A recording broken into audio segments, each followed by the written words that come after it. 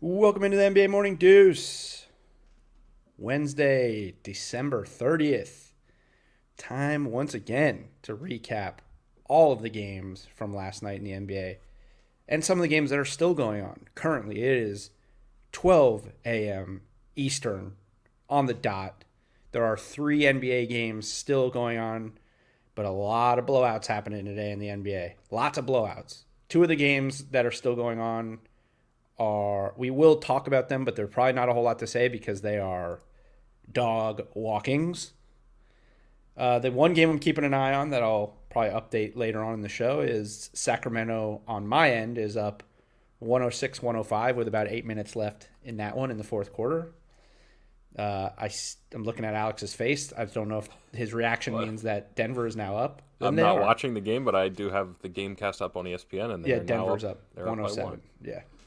So we'll get to that game in a little bit. I had the Detroit Pistons, depending on what happens in this game, may have crushed me tonight. I had a 4-game parlay. One of the games was Denver -2 in this one, which seems like a great bet, but then it's the NBA. 4 games into the regular season. Who knows? Because I also had Philly -1.5 and Boston +1 for some reason. Boston was +1, which is sort of weird to me. So it was $10 to win $120. And Detroit, They're tough Detroit boned me. Boned me. We'll get to that one. Before we get to the games, to tonight's games, let's just real quick. We'll update Ja Morant. We talked about yesterday. He got wheelchaired off. Had that. I gotta say it. Get that in there, yeah. It's not. I mean, I'm not. Am I lying? No, you could have said he had to be helped off or something. But he was.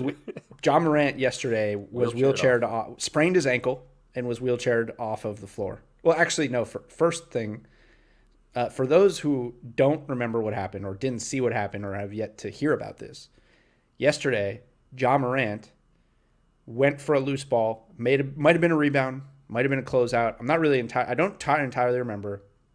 Went up, came down, turned his ankle, hopped off on one foot, fell on the floor, rolled around, tried to get up and get helped off, couldn't put any pressure on his ankle, had to get a wheelchair, got wheeled to the back.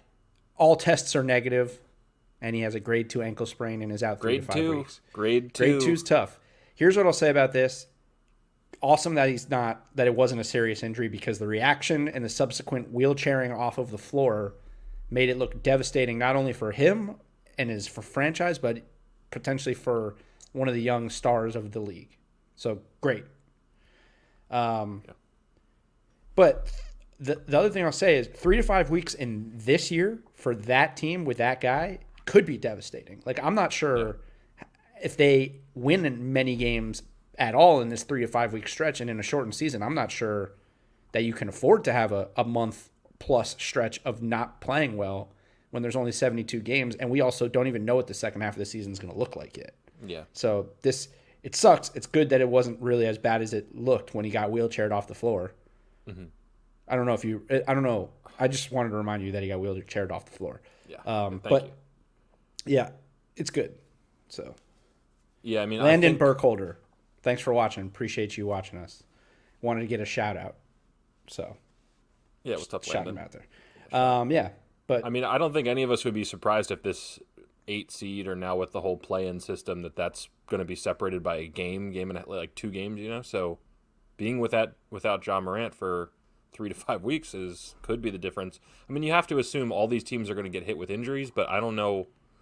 I mean, not all of them are going to get hit with their clear-cut number 1 best player for 3 to 5 weeks, So, sucks. Really sucks. And, as Charles Barkley said today, after he clearly watched NBA Morning Deuce yesterday, when I said that after the top 2 or 3 teams, the West is wide open.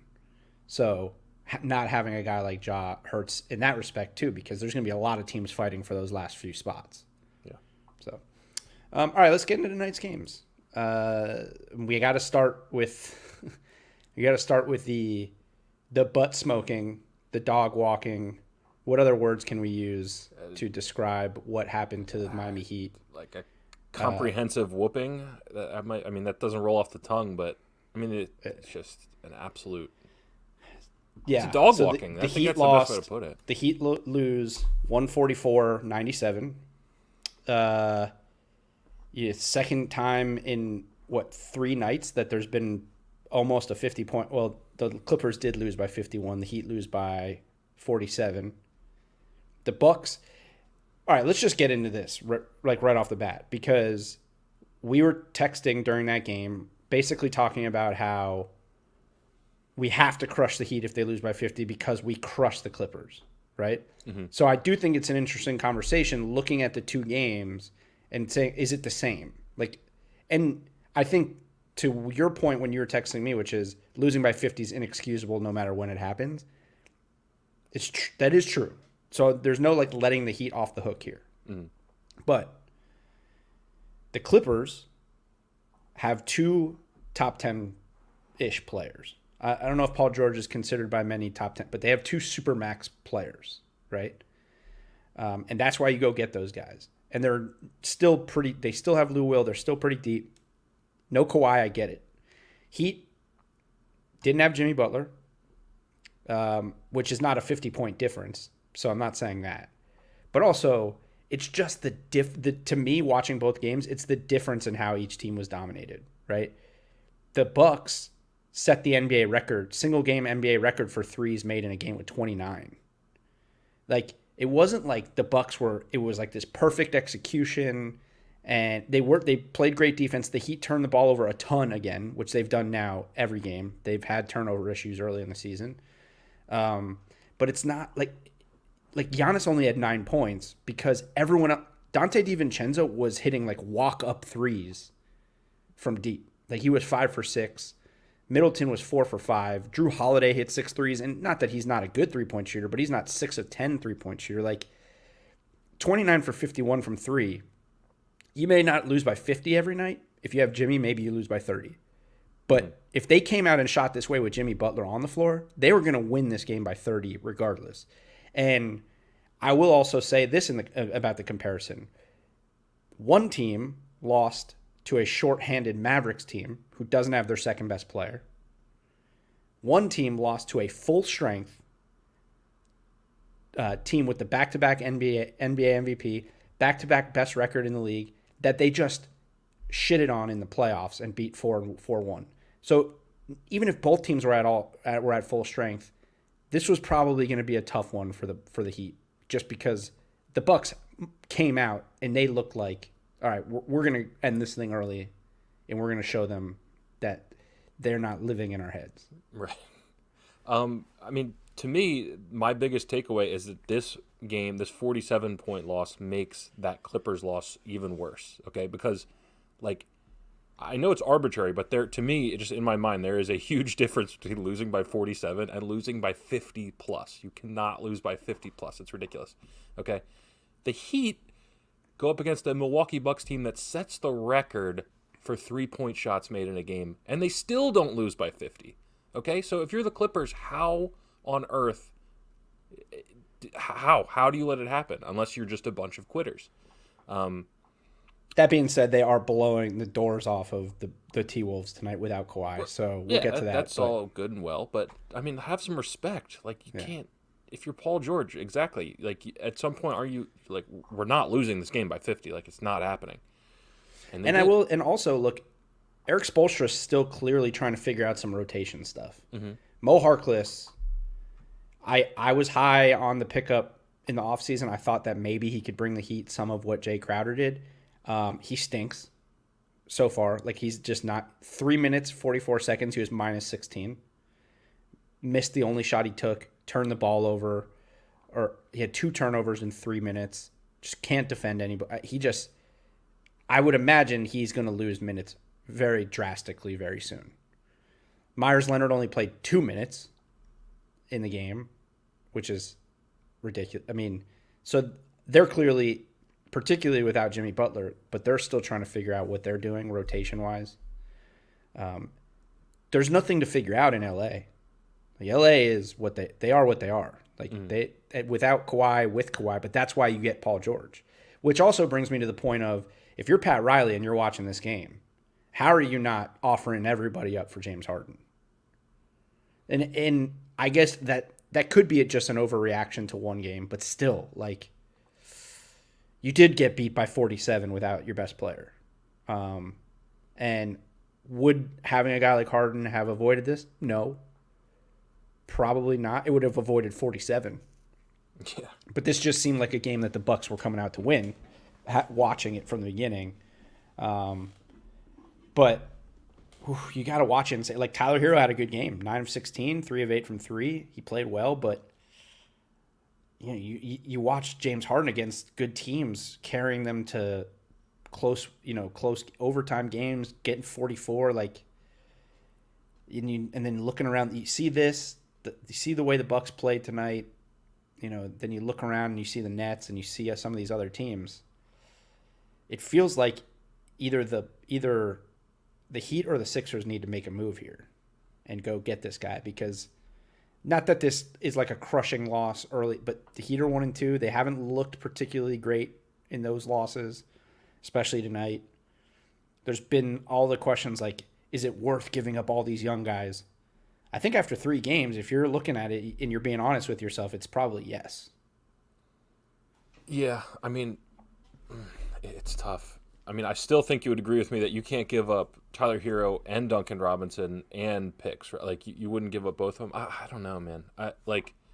It's really tough. I just definitely don't think they should. Whatever their decision is, this loss where they give up the most 3-pointers in NBA history shouldn't sway that decision. Like, this has to be a write-off game for me.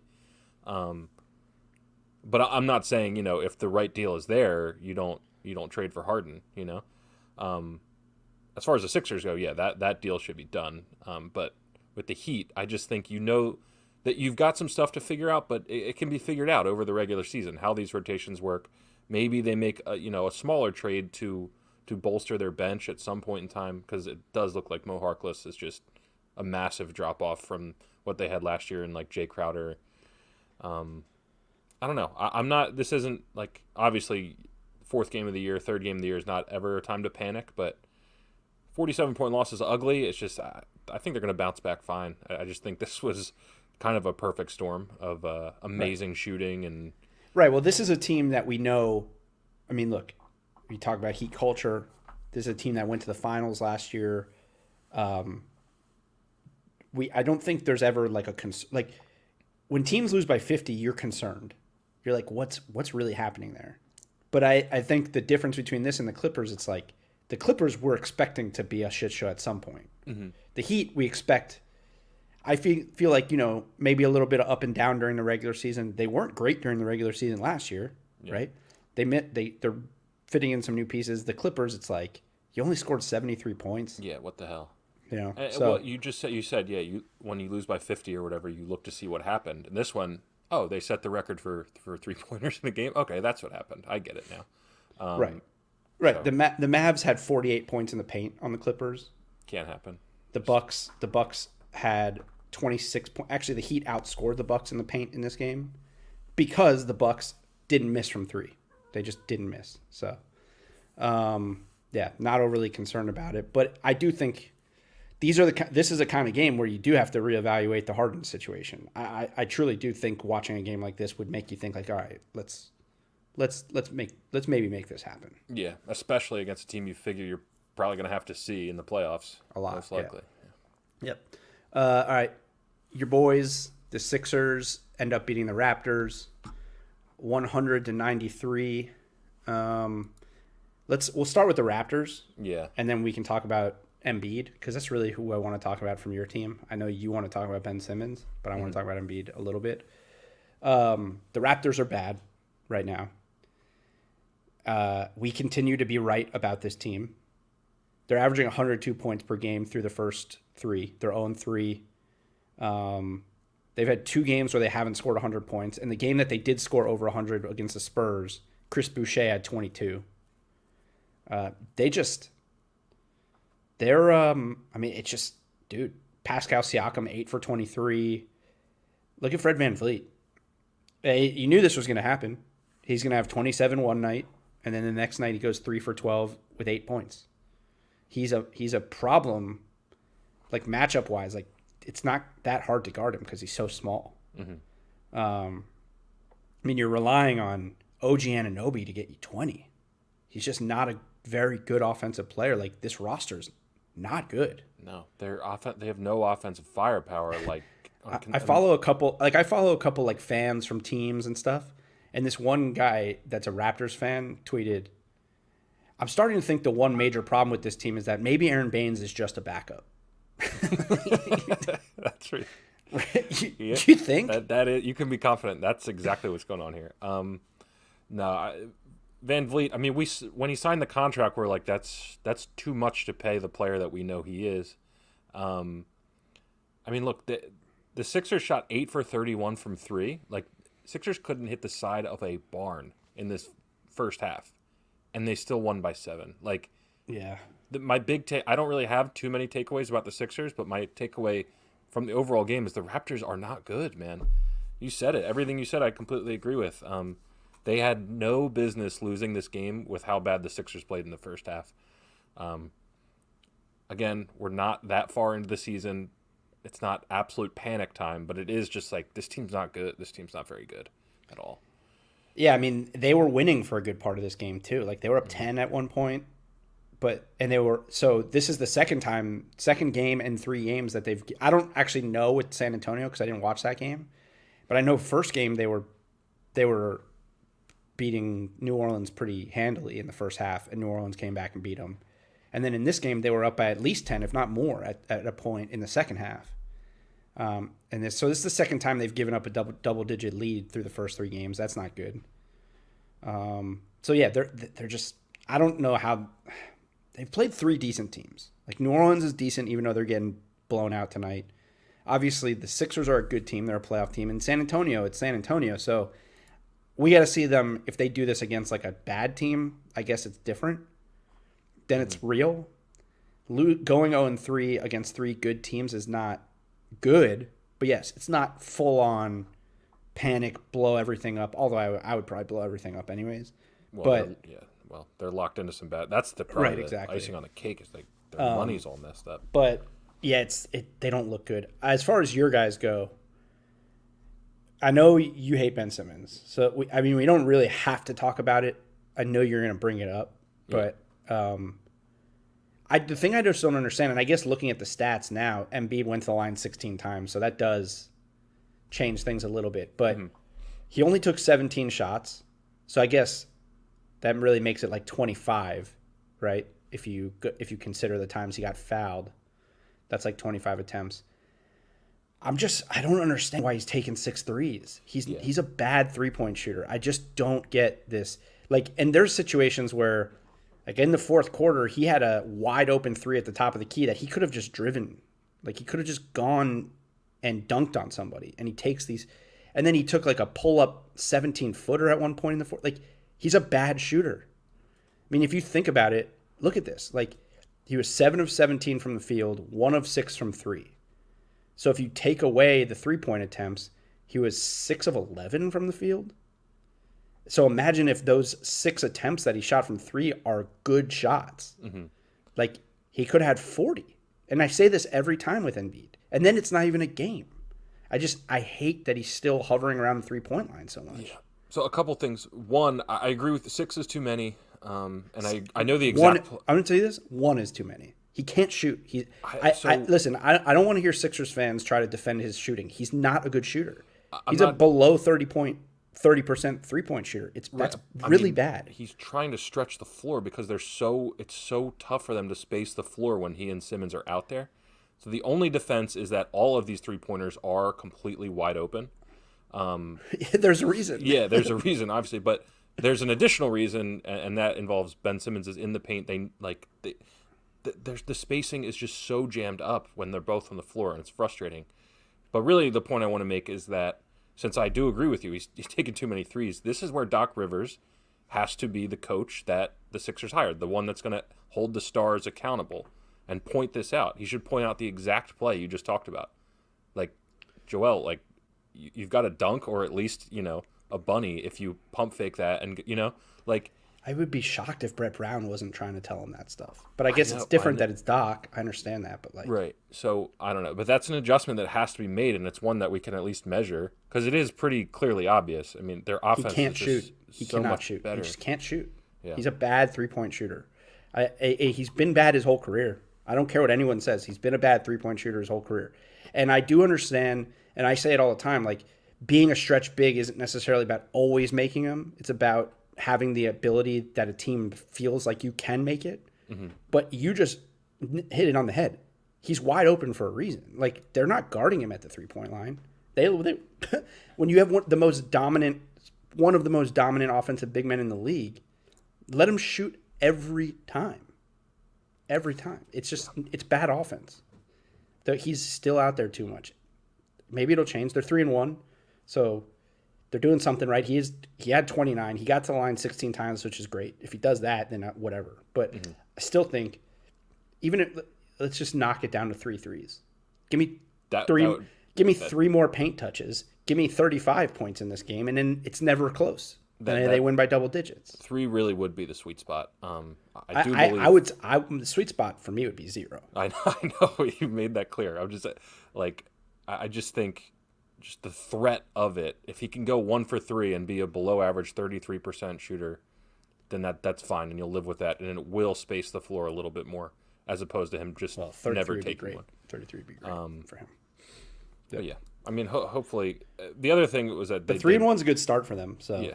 I mean, there was a lot of questions. Would the new additions fit and this and that? So I love Seth Curry. I really love his game. Guy's one of the best shooters in NBA history. Yeah, he really. I mean, by percentage. Right, and he's just smooth. He's smooth as can be. He's a better passer than I realized too. He's a very good passer. Yeah. So that was a good addition. My guy Tyrese hasn't done much yet. No, but it's like you can see like he can get to the rim whenever he wants. Like that's he's good. A really, really good weapon that he has. Yep. All right, Celtics beat the Pacers 116-111. So the Pacers, that was their first loss, and they were winning for much of this game. Celtics just, turned it up in the fourth. They outscored them 33-17 in the fourth quarter and still only won by 5. But this Pacer team actually is starting to look like last year before the season when they got Brogdon, I said this could be a top 4 team in the East. And they could be really good. And I guess they were a top 4 team in the East last year, even with, not with Oladipo not looking great. Mm-hmm. Oladipo looked pretty damn good tonight. 10 of 18, 24 points, 6 rebounds, 6 assists. Domantas Sabonis, who Charles Barkley proclaimed as a top 15 player in the NBA. They have nice players coming off their bench, both those Holiday brothers, and Doug McDermott's a good shooter. But their starting lineups really they look pretty good. Even with the loss, they look good. I mean, the Celtics are a top 2 or 3 team in the East. Mm-hmm. They look good. Yeah, I'm impressed by what I've seen from them so far early in the year. Like going into the Sabonis season, almost had a triple double. I know he's really good. He's not top 15, but he's really good. Yeah. I feel like I knew they were going to be a really solid team. Like probably earn the 5 seed in the East, but I'm higher than that now. I think their defense is a lot better than I thought. And the key really is Oladipo. If Oladipo plays like this, like if this is what Oladipo is night to night, they're really good, Yeah. So it just sucks. Like his health, I really do believe it's related to health, is going to determine this team's ceiling. I mean, I still think the Celtics are a better team. Oh, absolutely. But it's just they're starting to round into the team that I thought they were when they got T.J. Warren and Malcolm Brogdon, which was a team that could potentially surprise a lot of people because their starting lineup is super talented. Yep. And young. I mean, Oladipo is probably like the oldest player in that starting lineup, and he's not old. Yeah, I think you're right. How old? Maybe T.J. Warren. They're probably around the same age. I don't know. Miles Turner's only 24 still. That's kind of wild. Yeah. They look good. As far as the Celtics, the Celtics are the Celtics. We know what they are. Everyone who listens to this knows how we feel about them. But I will say, man, this kid Peyton Pritchard, he can play basketball, and it's just, again, he's just going to be another one of these examples of glaringly like how talent evaluators just overthink shit. because he's he's a short white guy who's not super athletic. So he falls in the draft. Not that he's a star or anything, but man, I mean, he does things right. He can really shoot the ball.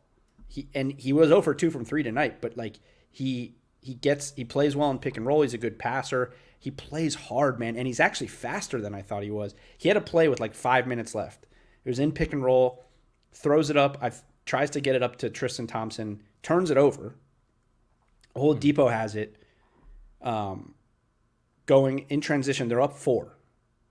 Pritchard, after he turns the ball over, chases down Oladipo, who is already over half court. Pritchard comes from basically the other free throw line or so, chases Oladipo down and knocks the ball away. Wow. And forces a turnover, which leads back to the other end, a Marcus Smart 3 that puts them up 7. So it's like plays like that where it's like, so he's smart. Yeah, he's a pest. It sounds like he's a little pesty. 10, 5, and 5. He's a shooter. He went 0-2, but he's a good shooter. The kid was the college basketball point guard of the year, all-time leader in points and assists in the Pac-12. Like, and he just falls because of what he looks like, basically. And his size. I mean, he's small, but... Yeah. I mean, no, I know. I'm with you.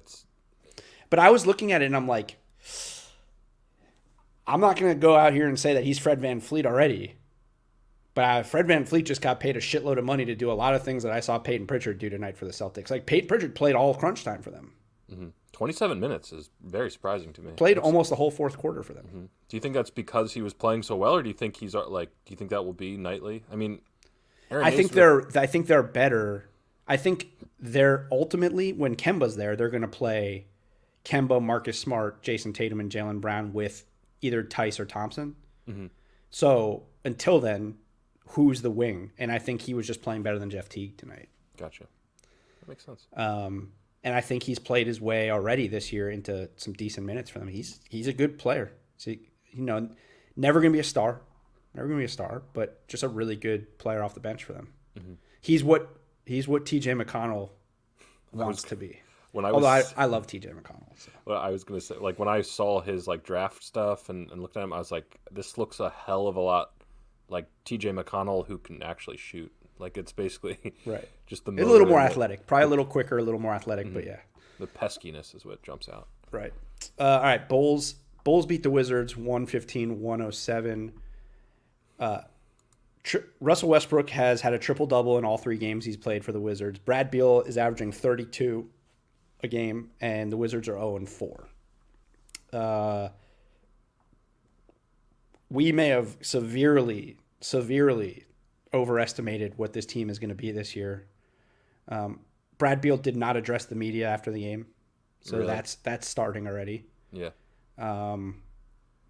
And you might be right. I mean, you mentioned it last time when we talked about them after they went 0-3. You said their depth and their bench is just awful. I said that on opening night. Yeah, when they lost to the Sixers, I was like, this team might have bench problems. I mean, you got to wonder at what point are you like, hey, maybe we start Davis Bertans, who we signed to a big contract. Like, I understand you need some spark off the bench, but if you're coming out and getting pounded early in the game, and you're starting Isak Bonga, and a rookie in Avdija, like maybe at some point you're like, okay, let's get our third best player in the game, like right away, and try to come out to some leads and maybe win a game. So other than that, yeah, I didn't watch this game. No, I didn't see any of this game. But 0-4 for the Wizards is not what we were expecting. Definitely not. I think I may have labeled their 33 wins a lock, which is still very attainable, but definitely not a lock at this point because they're 0-4. Right. 33, I think, is basically right at 36 and 36 is a 500 team. So Vegas thought they were a below 500 team. I did not. I thought they were going to be 500 or better. Now I'm really not sure, man, because the Bulls, who I am also wrong about, they haven't looked any good at all this year. But they're not supposed to be good yet. Right. I know people are high on their talent, so thought that they might be decent. Mm-hmm. But they have a new coach, and they're super young. They're starting a 19-year-old. They're starting a second-year point guard in Kobe White. Like, they're not supposed to be good. They're just talented. The Wizards, I mean, you didn't go get Russell Westbrook and take on that contract, even though you got rid of another contract, to be 0-4 this early and look the way you look this early. And they lost to the Bulls and the Magic twice and the Sixers. So I don't know. Hey.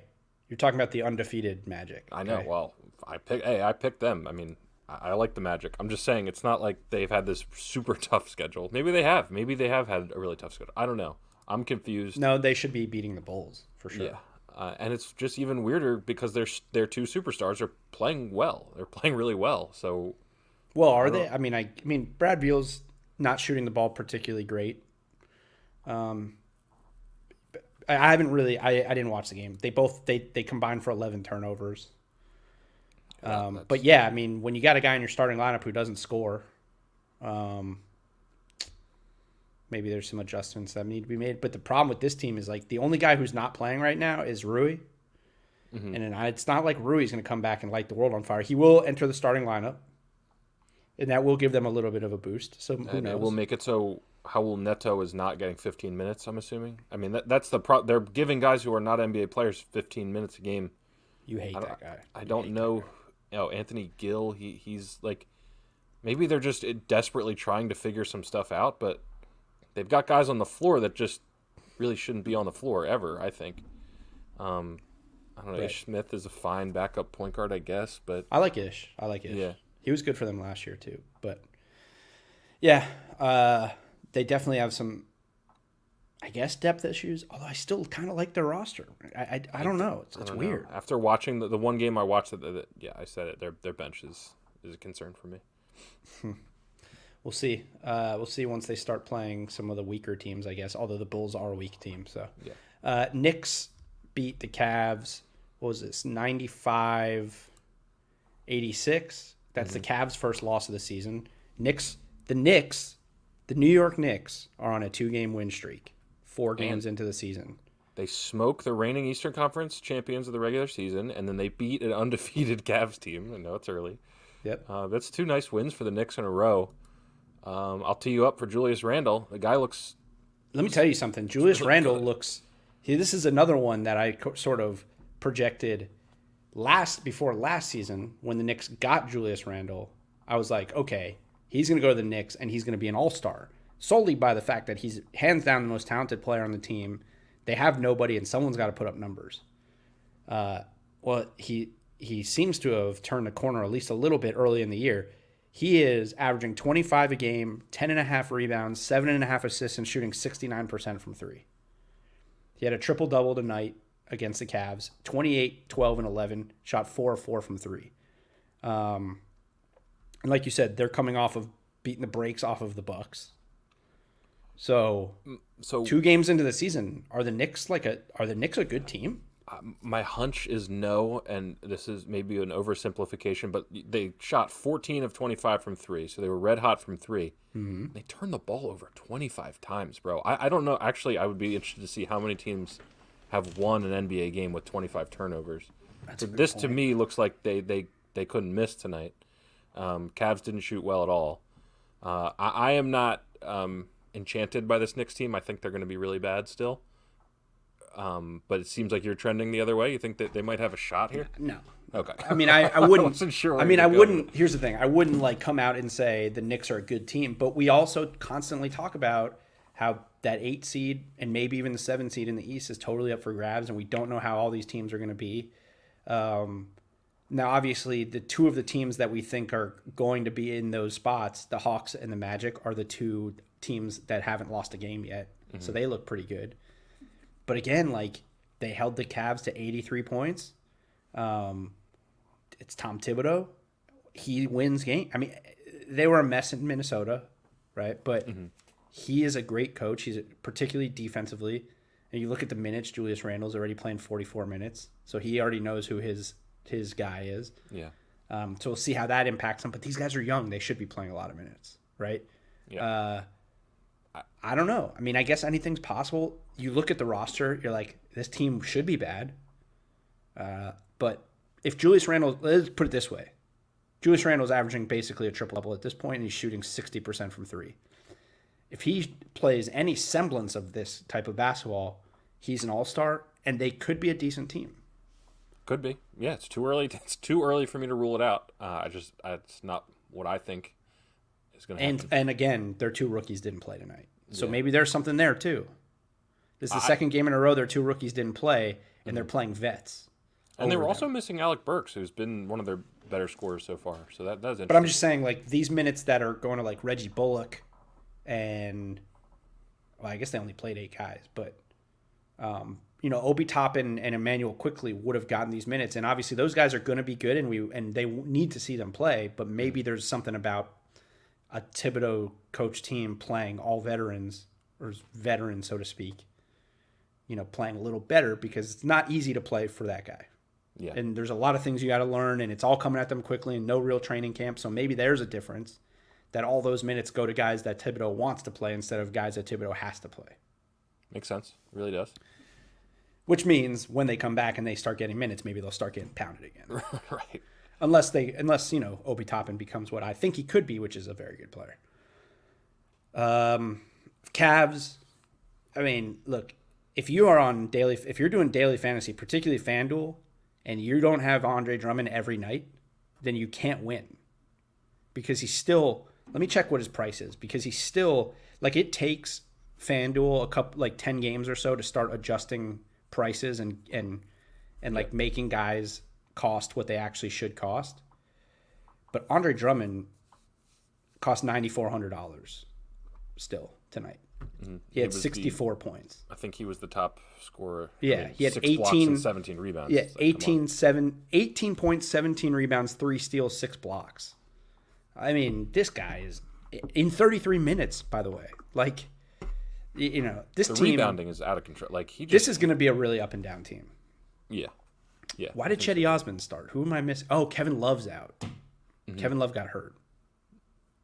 Was it rest or is he hurt again? No, he's hurt. Oh, shoot, I missed that. I forgot. I forgot to put that in the rundown. But let me double check what his injury was. But yeah, he's out for a couple weeks, I think. So there goes your playoffs. That you said out 3 to 4 weeks with a calf injury.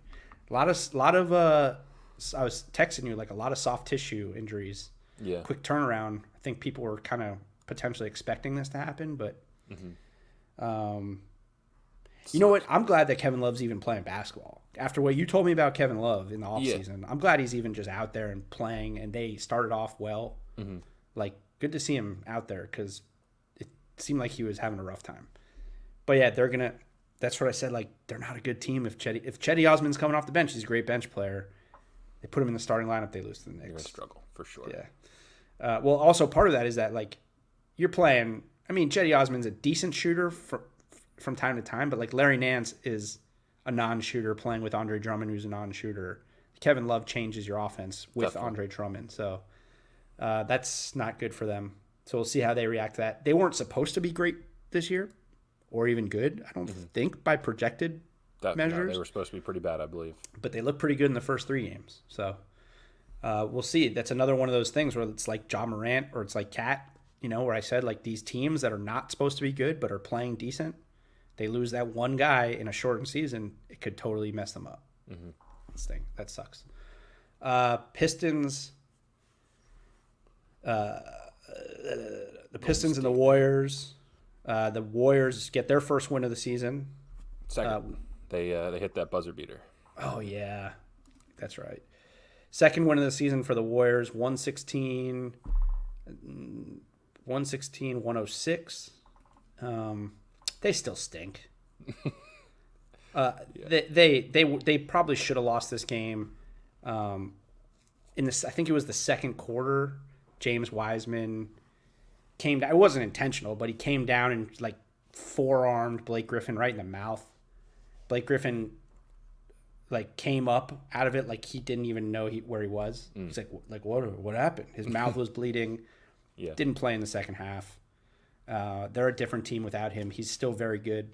They were winning for a good portion of this game, and then Warriors went on a run, and a team like the Pistons, if they get down by like 8 points, it's over because they just don't have it. So they're not going to win very many games this year. I think they're really bad. If they don't have Blake Griffin, I think I mentioned it, like, they might not win a game without Blake Griffin in the starting lineup. They're going to win games. They're not going to go winless without him. I mean, if he doesn't play, but I guess we got to see how long he's out for if he does have a concussion. I am pleasantly surprised by Jeremy Grant's scoring. I just still don't think it's your recipe. He had 27 tonight again. It's just not a recipe for a good offensive outing if Jeremy Grant is taking 21 shots. It's just not. And that's not a knock on Jeremy Grant. It's just not the player that he is to me.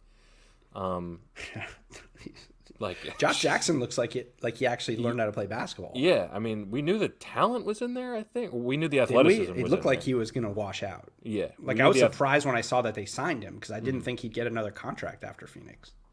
He had some off-the-court issues, too. Some kind of bad ones, I think, too. I don't know the details, but...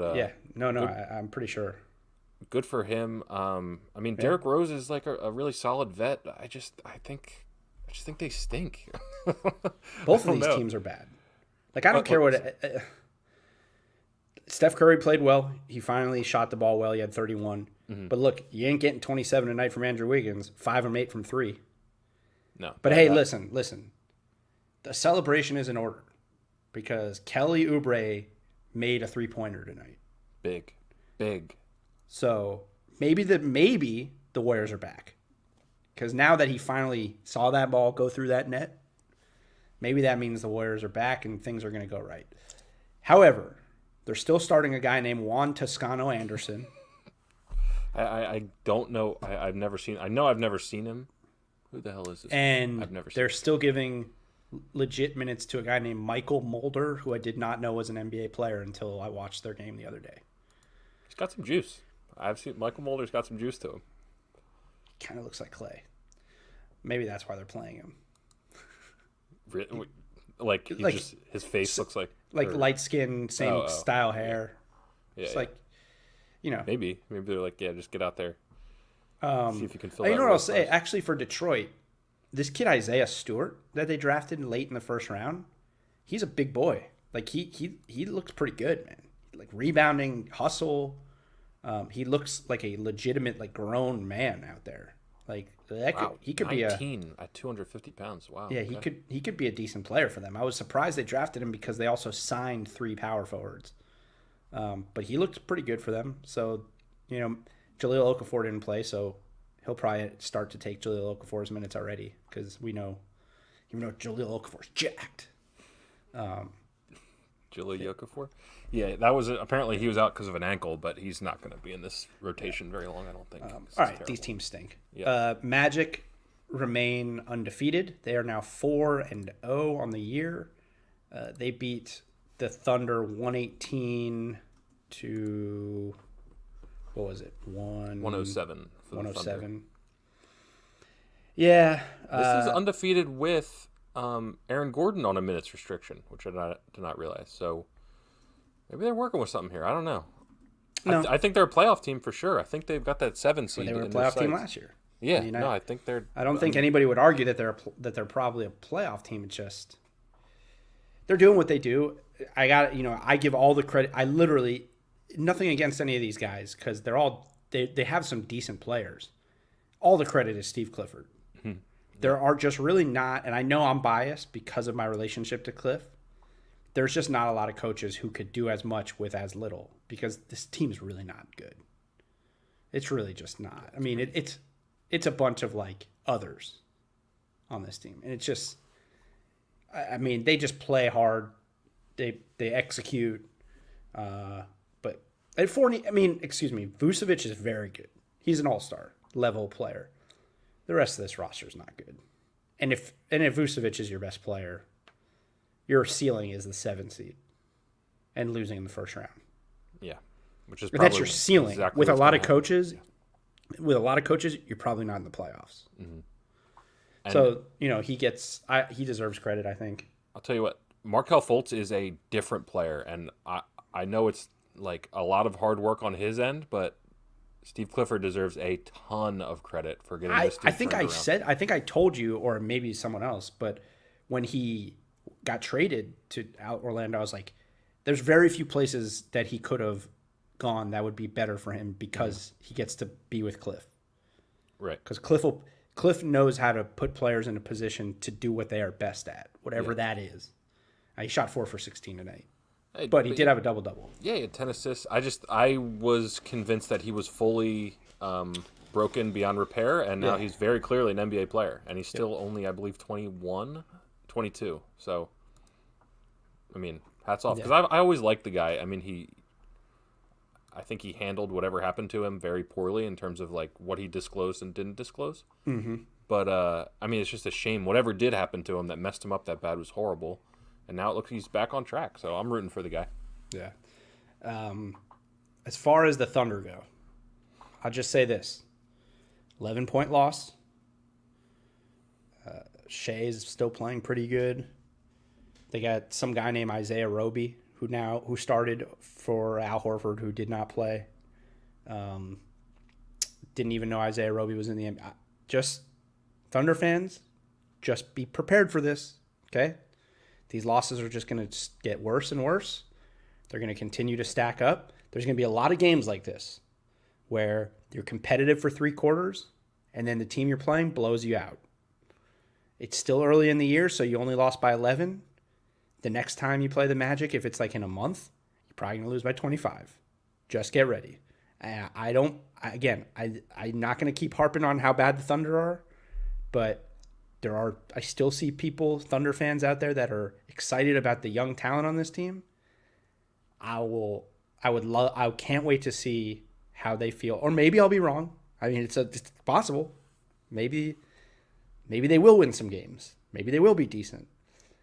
I will stand by what I've been saying all along. By All-Star break, they're going to be losing by 15 to 20 points a night.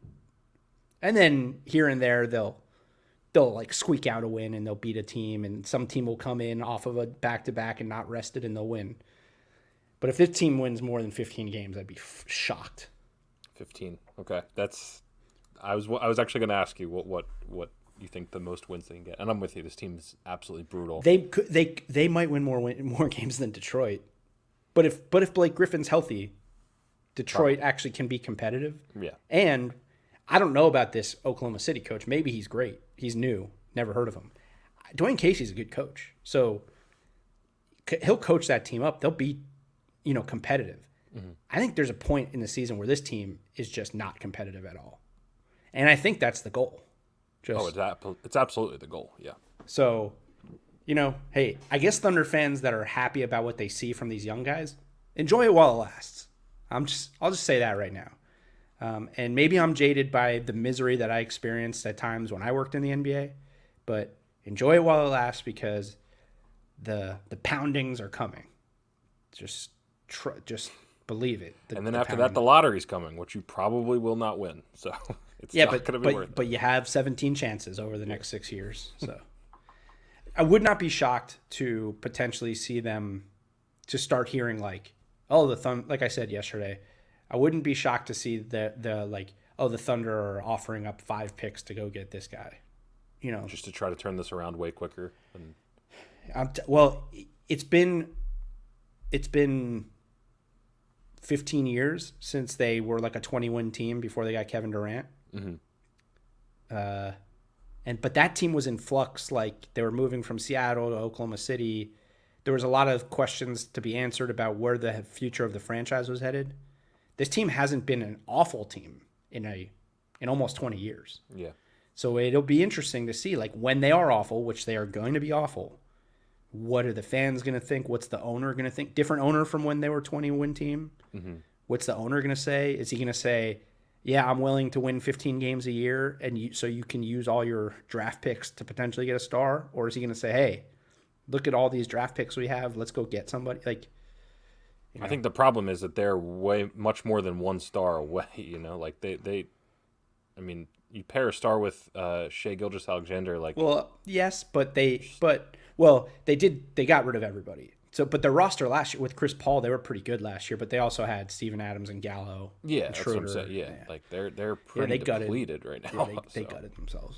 But all right, the last 3 games of the night. What's that? I think we spent too much time on that shit game, but that's okay. Yeah. Well, there's a lot of not good games tonight, and now these last games were awful too. Phoenix beat the Pelicans, which 111-86, which is it's a whooping. I watched the first 3 quarters of that game, and it's just sort of remarkable, and I probably have mentioned it before, but like, it's just amazing how Chris Paul is a Hall of Famer. He's going to go down as arguably the best point guard to ever play the game, and he'll never win a title. He's only been out of the second round once, but he makes every team he goes to better and a legit playoff team. Like the Suns, they're pretty deep, but if you took Chris Paul off this team, you'd be like, I don't know. Right. But with him out there, they just look like a different organization. Like he just changes things. And they've looked really good. They're 3-1. Like they look really good right now. And I said if I was going to pick this game, I would have picked the Pelicans because I do think that from like high level talent, the Pelicans ultimately will be a more talented team. But Chris Paul obviously has these guys playing offensively and defensively at a different level right now. Yeah, I mean, hats off to them, what they're doing right now. 3-1, good start. But I'm one of the biggest Chris Paul haters out there, but there's no denying it. I mean, he's just an absolute beast, especially during the regular season. And I kind of, their depth is really growing on me. Your boy Cameron Johnson is awesome. I really like Mikal Bridges. He can shoot that thing. But I love how every time, it seems like tonight, every time you talk about somebody, like the thing that they're good at, they didn't do good tonight. Yeah, that's just, like Cam Johnson was 1 for 5 from 3. Yeah. But he is a great shooter. Like he is a great shooter. That's weird. I don't know. I have him at 4 for 10 of 3. So there's something going on with NBA here. But yeah. I mean, oh my God. NBA.com. This happens every show now. NBA.com's boning us here. It's like the score updates, but the stats don't update. Yeah. There, yeah, 4 for 10. All right, 4 for 10 is good. Caching I'll take 4 for 10. Yeah, the point stands. The guy's awesome. But yeah, look at the Heat. I mean, we talked about the Heat off the top, but it's like Mo Harkless is a bum, and Jay Crowder's out here in Phoenix going 5 for 8 from 3 and getting 21 points. Yeah, it's a big difference. They let him walk because think about this. Where now I don't think Jay Crowder is going to be like the thing that makes the Heat change this offseason, but they didn't give him a second year because they wanted to keep their books open for Giannis next year. And now Giannis is obviously not going anywhere. So that didn't work. They're going to be, if they don't make another deal and get somebody that can legitimately replace Jay Crowder, they might down the line be like, did we make a mistake not giving him that extra year? Mm-hmm. It could be one of those little, smaller moves that really comes back to bite you in the ass, especially if Harkless is this bad. But well, I gotta think that if Harkless plays 1 or 2 more games the way he did tonight, or the last couple nights, he may not be in the rotation. Yeah. Because Precious actually looks pretty good. Yeah. He looks better than Harkless. I think he looks good, and he looks a lot better than Harkless. Yeah. So, as far as the Pels go, just a bad game. They're going to have games like this. Zion was 9 of 13 from the field. Mm-hmm. So, that's a positive, but 2 rebounds. What are we doing here, Zion? Yeah, that's wild. 3 for 24 from 3. You're going to get blown out. It's just it sucks sometimes. But to my point about the Pelicans is that I think nights like this are going to happen for them because they are leaning really heavily on 2 young guys. Yeah. Ingram is still as good as Ingram is. He's still really young, and Zion is obviously young and limited at certain things. So when those are your 2 best players, and Lonzo too. They're leaning on a lot of young guys.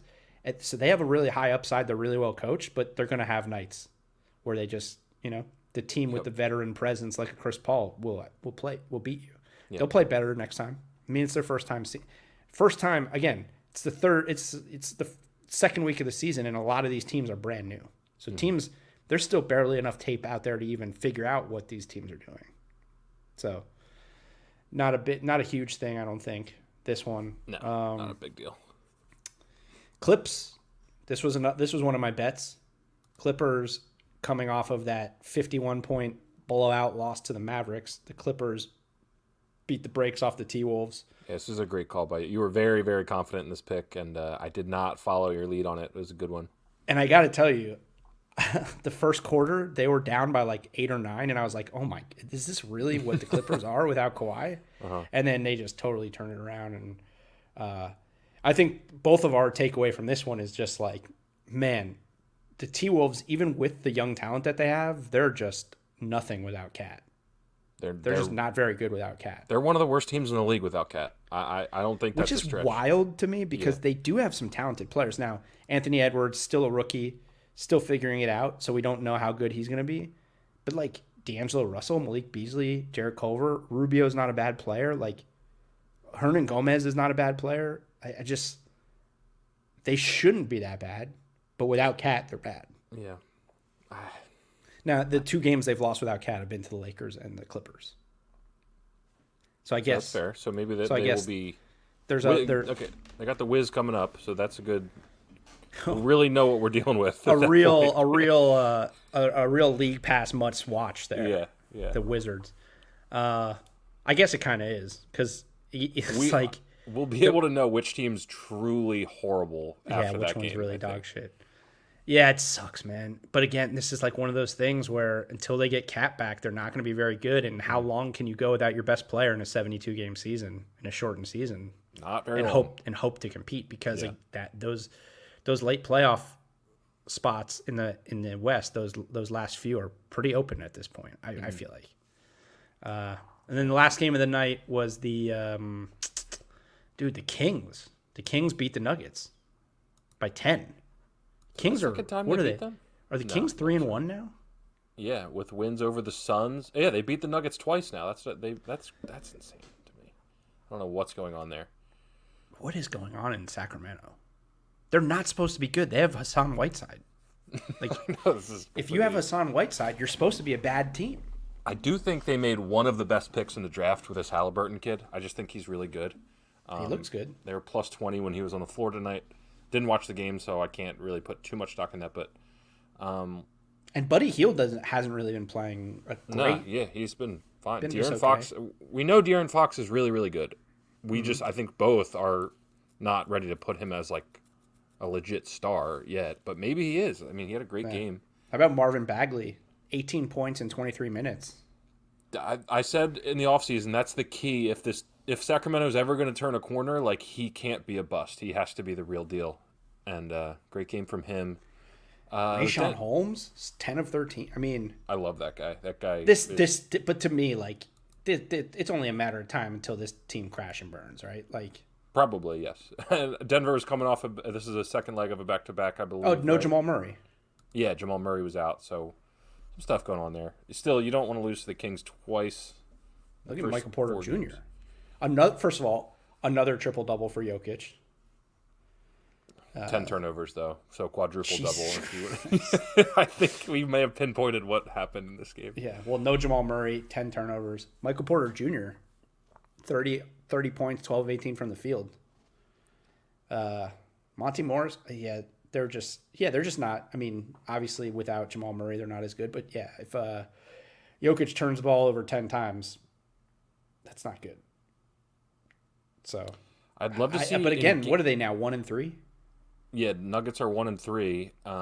Bol gets 4 minutes. I know this game was weird in terms of like the Kings were up by a ton in the first half, and then Denver had a huge lead or won the third quarter by a lot.